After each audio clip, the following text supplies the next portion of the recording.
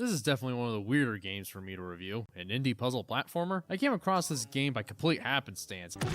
I was browsing Steam a couple months ago looking for games on sale because, why play old games I already have in my library that I never touch when I could buy new games to stuff into my library and never touch? It was on sale at 90% off, which is pretty good. Then I saw that my brother owned the game already, and he has a pretty good taste in these kind of things.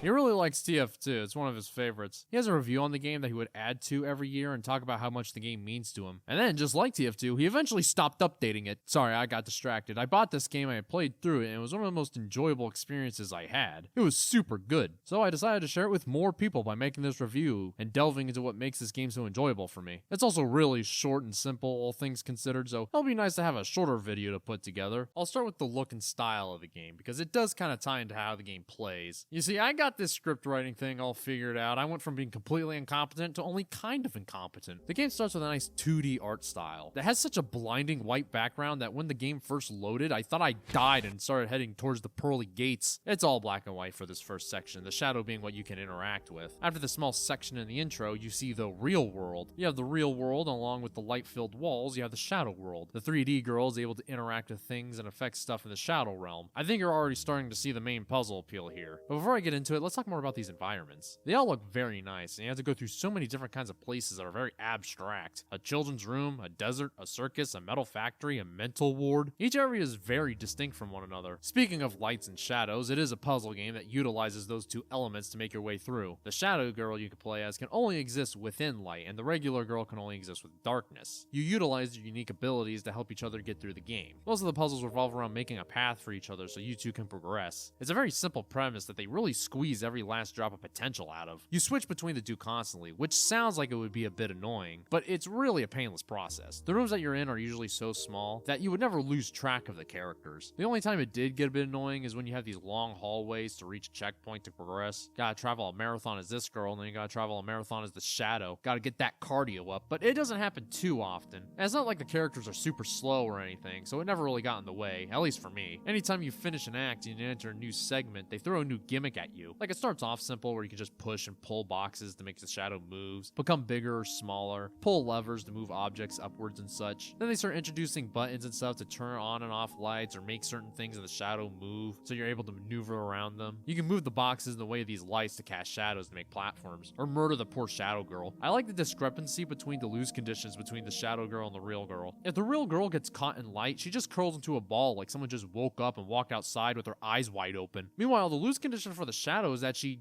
fucking dies. After some of those more simple mechanics, they really start throwing some severe curveballs. Like, after a while, the shadow can start walking on walls and ceilings if there's like a curve in the platform. So you have these puzzles that you need to have her stand on the right spot so you can reposition her so she can fall into a wall and get where she needs to be. Then they take it even further where you're now able to travel across corners, which can change her orientation and make her fall in a different direction. They start to mix and match these kind of gimmicks, which leads to some serious brain teasers. This one near the end where you have to slowly make up this building pushes it to the limits, where almost everything comes together and creates a mega challenge of everything you've learned up to that point. This isn't the end game, there's still more after this, but it's much more simple, probably because the story is starting to wind down. The ending is very unique. They introduce one final gimmick where the shadow girl is able to possess these wooden puppets and move around the material plane, and then accidentally kill herself when I put her back into the shadow realm because I'm a dum-dum. Everything is very well put together, none of the puzzles felt impossible. I was able to figure them all out. They aren't super simple, it's not like Kirby where like this puzzle shows up in every game. Now things do get a little more difficult when the optional origami cranes come into play. There's 98 of them total. 98. You couldn't plop 2 more into the game. It's like in Luigi's Mansion 3 where the max health is 99. Like, why? Just to upset me personally? And then you get it down to like 4 health, the music stops and this overwhelming beeping starts blasting, and it won't stop until you get more health. This is probably why the girl was put into a mental ward. The origamis require you to think of these puzzles from a different perspective. This one sticks out to me. When you open the trap door, the other side is too short to fall on top of to get the crane. So after some time running in circles, I figured it out. Oh, you just have to stand on the underside and then close the trap door, and then you'll be standing under it to be able to get the crane. I really enjoyed that. There are some of the cranes that are more just hidden and require more thorough exploration rather than solving a puzzle. Like this one here where the train travels off, you can actually head down the path and find a crane. They really like stuffing them in the tiniest crevices. These were the ones I actually kept missing because they expect you to look in every nook and cranny. I almost had to look one of them up, but I found it right before I did. There's also these achievements, but they're very simple. Complete the chapters, collect collect all the cranes in each chapter. There was this one that was kind of weird. Get through the platforming section without rewinding. Okay. I did get them all. One of 3 Steam games I ever perfected. It was that enjoyable. It's not very long. I 100%ed it in just 7 hours, so probably 4 and 5 of those hours were dedicated to beating the game. But it was worth it. I guess that kind of just leaves the story, doesn't it? Now, I don't have much to say about the story, mostly because it's one of those intentionally vague ones with lots of subtext and metaphors that really doesn't answer anything by the end. You gotta figure it out, which I'm very bad at. I'm usually the one where you need to spell it out to me, otherwise I just won't get it. And the spelling can't have any words that are more than 3 syllables. Like, if you put the word archipelago, you're gonna have to put me in the hospital for giving me a stroke. But I will say, I do like the 2 main characters. Yeah, they talk to each other throughout the game, and you can see how their relationship changes and progresses. They start off as strangers, kind of awkwardly interacting with one another. Then they become closer. The narrator, or whoever that is, comes along trying to give some cryptic advice, but the girl ain't having it. This is my favorite part, when the guy tries to speak, but she just talks over him and tells him to fuck off. You know what? I was actually gonna go into further describing exactly what happens, but like, I recorded the game. Why don't I just show you? We could leave if you don't like it here. Do you know where the exit is? I think I do. Try to take Blah, your... blah, blah. Breathe. Calm down. No, leave us alone. It's impressive you could tell them off. A little thing like you. Yeah, it was fun. It might not have been the wisest idea, though. They just want to help. My own fault. They were mean.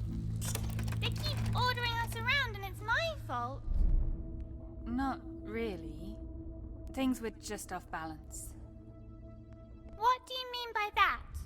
I won't help you anymore. You're on your own now. I never do what I want.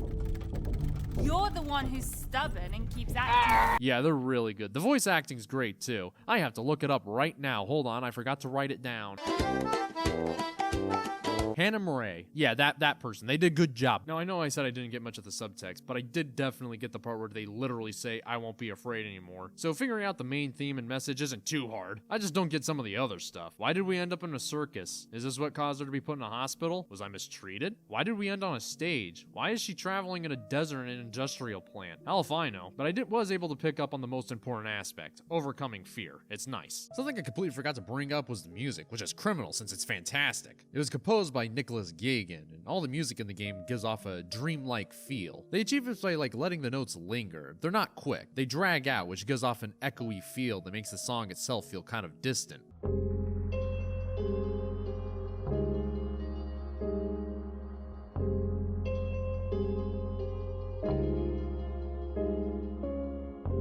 Each track has 2 versions, one in the light world and one in the shadows. They feel so different from one another, yet they still transition seamlessly between the 2 when you switch the characters. If the light world music already felt like a dream, the shadow world music feels like you're in a goddamn coma. It's hard to describe, but it has more droning noises that sound very nice to listen to.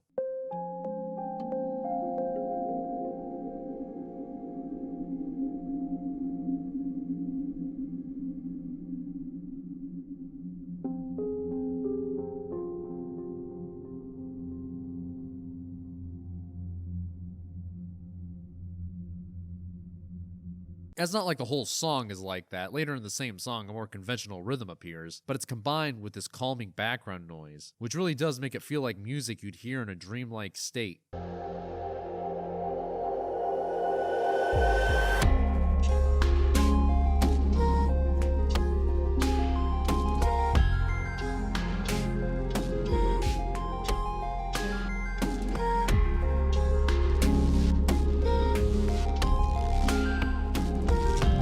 The vocalist in these tracks is named Dinah, by the way. She does a great job as she has a very angelic voice that, say it with me now, gives off a dreamlike feel. Very good, class. You all get a gold star. I wish I could go deeper when it comes to the music. I want to talk about a lot of the technical stuff, but unfortunately, I don't really know anything about what truly makes music sound good. The best I can give you is just kind of vibes. I need to study music theory one day. So, we've reached the end, and this is where I give my conclusion. Play the fucking game.